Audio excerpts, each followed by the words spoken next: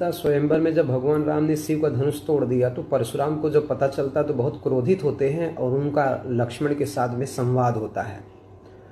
फिर भगवान राम जो है परशुराम से कहते हैं कि देव दनुज भूपति भटनाना संबल अधिक हो बलवाना जौरन हमें पचारे को लरे सुखेन कालुकिन हो। देवता दानव राजा अनेक योद्धा वे हमारे समान अथवा हमसे अधिक बलवान हो, यदि हमको रण में कोई बुलाए तो वह काल ही क्यों न हो, हम उसके साथ सुख से युद्ध करेंगे। फिर भगवान राम कहते हैं क्षत्रिय धनुधरि समर सकाना कुल कलंक तई पावर आना कहो सुबाव न कुलई प्रशंसी कालह डरई नरन रघुवंशी। क्षत्रिय का शरीर धारण कर जो युद्ध में डर गया उसे कुल कलंकी और नीच जानना चाहिए। मैं अपना स्वभाव कहता हूँ, कुल की बड़ाई नहीं करता। रघुवंशी रण में काल से भी नहीं डरते हैं। फिर भगवान राम परशुराम जी से कहते हैं कि विप्र वंश कै अस प्रभुताई अभय हो जो तुम्हें डराई सुनिमृत मूढ़ वचन रघुपत के उगरे पटल पर सुधर मति के। ब्राह्मण वंश की ऐसी प्रभुता है कि जो आपसे डरता वह निर्भय हो जाता है। श्री रामचंद्र जी के ऐसे कोमल और गूढ़ वचन सुनकर परशुराम जी की बुद्धि के कपाट खुल गए और वह बोले। उनको भगवान राम एहसास दिलाते हैं कि जो शिव के धनुष को उठा ही नहीं सकता है और उसको कोई तोड़ने का कैसे साहस कर सकता है, तो जरा आप मुझे पहचानिए।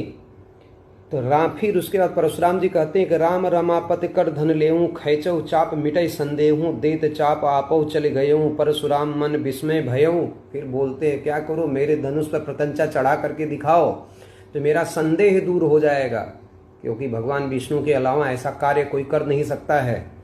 हे राम हे लक्ष्मीपति हाथ में यह धनुष लीजिए और रस्सी खींचिए तो हमारा संदेह मिट जाएगा। धनुष देते ही वह अपने आप चल गया। तब परशुराम जी के मन में आश्चर्य हो गया, उनको एहसास हो जाता है यह भगवान विष्णु के अवतार हैं।